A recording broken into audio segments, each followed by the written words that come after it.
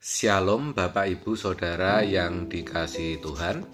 Seri pengajaran hari ini berjudul Menjadi Manusia Baru. Dikatakan dalam 2 Korintus 5 ayat 17, jadi siapa yang ada di dalam Kristus, ia adalah ciptaan baru. Yang lama sudah berlalu, sesungguhnya yang baru sudah datang. Saudara, satu hal yang harus kita tahu bahwa tidaklah mudah untuk membedakan manusia baru dengan manusia lama. Bahkan diri kita sendiri belum tentu bisa membedakan apakah kita sudah menjadi manusia baru atau belum. Apalagi membedakan orang lain. Kita sering berpikir kalau manusia baru itu ditandai adanya perubahan, yaitu menjadi lebih sabar, lebih bijaksana, lebih bisa mengerti orang lain, dan seterusnya.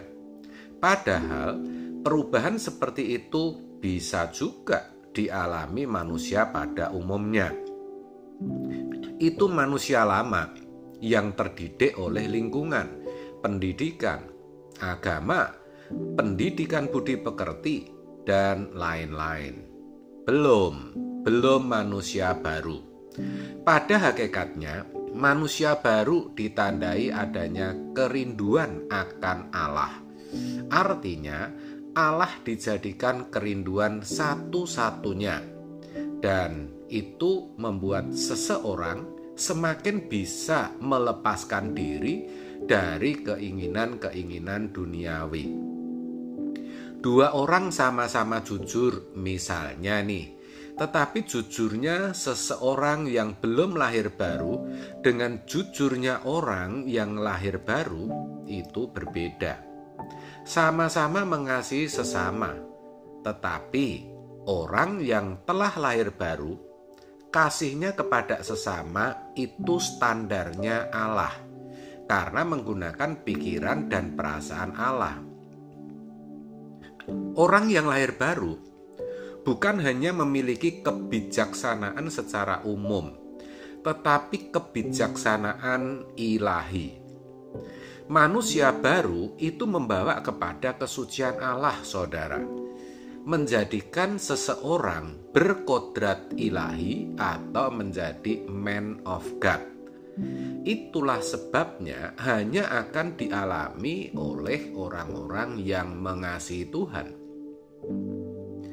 Sedangkan orang yang belum lahir baru, ia bisa terdidik melalui pengalaman hidup, melalui pelayanan, melalui sekolah Alkitab, sehingga bisa juga memberi konseling atau melayani pekerjaan Tuhan. Tetapi ia tidak bisa melepaskan diri dari uang dan keterikatan dunia. Itu cirinya, saudara.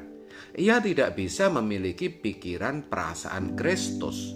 Itu berarti ia belum merdeka dari dirinya sendiri. Merdeka dari diri sendiri artinya terpisahnya manusia roh dan manusia daging, atau manusia lama dan manusia baru. Seseorang bisa merdeka dari diri sendiri alias menjadi manusia baru kalau cara berpikirnya diubah oleh kuasa firman. Maka kita harusnya benar-benar takut, khawatir, dan cemas kalau sampai kita meninggal dan menghadap Tuhan, tetapi kita belum merdeka dari diri sendiri. Itu artinya belum menjadi manusia baru.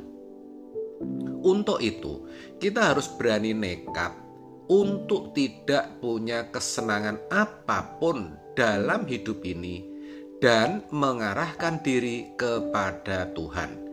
Cinta dan kasih kita kepada Tuhan harus bulat. Kita harus dengan segenap hati, jiwa, akal budi, dan kekuatan mengasihi Tuhan. Nanti Roh Kudus akan menolong kita lewat firman, perjumpaan dengan Tuhan, dan pengalaman hidup. Selain itu, Allah juga mendesain keadaan untuk menolong kita merdeka dari diri sendiri. Tetapi pola pikir kita juga harus diubah.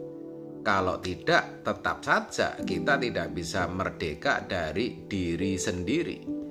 Perubahan pola pikir itu sendiri membuat perjumpaan dengan Tuhan makin intensif. Kecintaan kepada Tuhan juga makin bertumbuh. Akibatnya, Roh Kudus akan memberitahu kekurangan dan kelemahan kita. Kita jadi sadar kalau ternyata kita ini masih mudah tersinggung, masih sakit hati, masih punya keinginan-keinginan duniawi. Setelah sadar, Tuhan mau kita melepaskan manusia lama kita yang menanggalkan. Sedangkan Tuhan, Dia memberikan firman-Nya dan menggarap kita melalui peristiwa-peristiwa hidup. Walau demikian, tetap saja itu tidak mudah, apalagi otomatis. Itu karena kita masih memiliki berbagai keinginan yang bukan dari Tuhan. Orang yang belum atau tidak melepaskan dirinya dari segala keinginannya, berarti ia tidak bisa merdeka dari dirinya sendiri. Sebab sejatinya ia masih mencintai dirinya sendiri. Tetapi yang namanya tidak mudah bukan berarti tidak bisa. Bisa, asal kita sungguh-sungguh mau. Ini anugerah yang besar dari Tuhan. Karena kita dituntun Tuhan untuk bisa mencapai ini. Kalau seseorang melepaskan diri dari dirinya sendiri atau merdeka dari dirinya sendiri, pasti bisa sempurna seperti Bapa. Kalau tidak atau belum, ia harus terus berjuang. Saudara, kalau manusia daging masih menyatu dengan manusia rohnya pasti ditindas, pasti dikuasai. Lah, banyak orang tidak sadar. Itulah sebabnya melalui kebenaran firman yang murni, melalui perjumpaan dengan Tuhan, melalui masalah-masalah berat, Tuhan membuat pemisahan sehingga manusia daging bisa terpisah dari manusia roh. Tetapi itu menyakitkan, sakit. Itulah kasih Tuhan kepada kita. Dia mencabut manusia roh kita dari dominasi dan tekanan daging kita dengan persoalan-persoalan berat dan rumit. Tetapi tanpa itu mestinya juga bisa. Roh Kudus kan diam di dalam diri kita selama 24 jam dan terus bicara tanpa henti kalau kita mau mendengarkan. Kalau kita bisa merdeka dari diri sendiri, urapan Roh Kudus mengalir tanpa dipaksa dan kita akan menemukan hal-hal baru dari hati Tuhan. Sebab itu mari berjuang. Jadikan diri kita manusia baru. Amin. Tuhan Yesus memberkati.